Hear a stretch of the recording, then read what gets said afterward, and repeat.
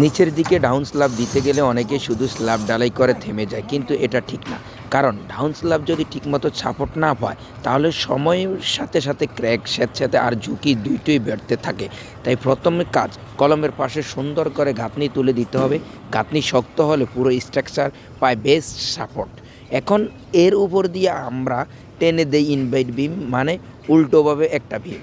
এই ভীম কি করে, লোড কলম আর দেওয়ালের মাঝে সুন্দরভাবে ভাগ করে দেয়, ফলে স্ল্যাবটা আরও এক জায়গায় চাপ খায় না, পুরো ছাদটা হয়ে যায় অনেক বেশি সেফ ও স্টেবল।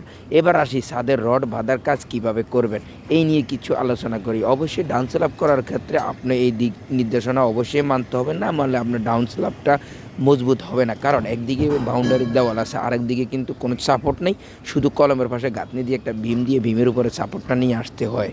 আগে মেইন রডগুলো ঠিক লেভেলে সেট করুন, তারপর ড্রয়িং অনুযায়ী ক্রস রড বসান। যেখানে জয়েন্ট সেখানে ওভারলেপ ঠিক আছে কিনা একবার ভালো করে দেখে নিন। এরপর বাইন্ডিং তার দিয়ে সব জয়েন্ট শক্ত করে বেঁধে দিন, কোনো রড যেন ঢালাইয়ের সময় নড়তে না পারে।